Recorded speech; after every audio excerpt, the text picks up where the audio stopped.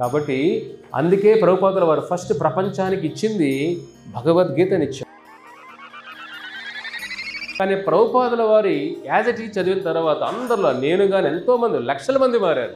మార్పు వచ్చేసింది. ఎందుకంటే ఆ శక్తి దీంట్లో ఉంది. ఎందుకంటే రాసిన వ్యక్తి ఎవరు? మహా ఉన్నతమైన ఆచార్యులు రాశారు. కానీ భగవద్గీత మనలో మార్పు అంటే ఏమిటి? భక్తుడవడం. మన్మనాభవ మద్భక్తో. భగవద్గీత సారం ఏమిటి? భక్తుడవడం. అదే మనకు శాస్త్రం చెబుతుంది. అంటే భూరి భూరి అన్ని వేదాల సారం ఎలా తెలుస్తుంది?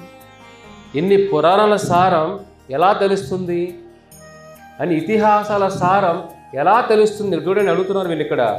బ్రూహి భద్రాయ భూతానాం, ఈ మానవులకంతా కూడా ఆత్మ సుప్రసీదతి, ఈ ఆత్మ సుప్రసీదతి, ఆత్మశుద్ధి, ఆత్మకు ఆనందం ఎలా దొరుకుతుంది? ఇన్ని వేదాలు, ఇన్ని పురాణాలు, ఇతిహాసాలు అని సారమంతా ఏమిటి? భూరి భూరి ఈ సారం ఏమిటి అని ఋషులు అడుగుతారు భాగవతంలో.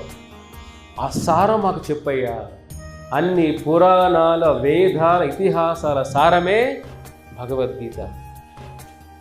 కాబట్టి అందుకే ప్రభుపాదుల వారు ఫస్ట్ ప్రపంచానికి ఇచ్చింది భగవద్గీతనిచ్చారు. దీనికి మించిన సారం మానవ అవసరమైన 700 శ్లోకాలు మీరు అర్థం చేసుకుంటే మీరు అన్ని వేదాలు చదివేసినట్టే, అన్ని పురాణాలు చదివేసినట్టే, ఇతిహాసాలు చదివేసినట్టే. ఈ భగవద్గీత ఒకటి అర్థం చేసుకుంటే చాలు మానవ జీవితానికి మనం. కాబట్టి ప్రభుపాదుల వారి భగవద్గీత కృష్ణుడి యొక్క మనస్సు భగవద్గీత, భగవంతుడి యొక్క మనస్సు భగవద్గీత, భగవంతుడి ప్రేమ భగవద్గీత, భగవంతుడి హృదయం భగవద్గీత, భగవంతుడి కన్నీరు భగవద్గీత. కాబట్టి కృష్ణుని మనం తెలుసుకోవాలంటే మార్గం Bhagavad Gita. Like, share and subscribe to HKM Hindupur channel.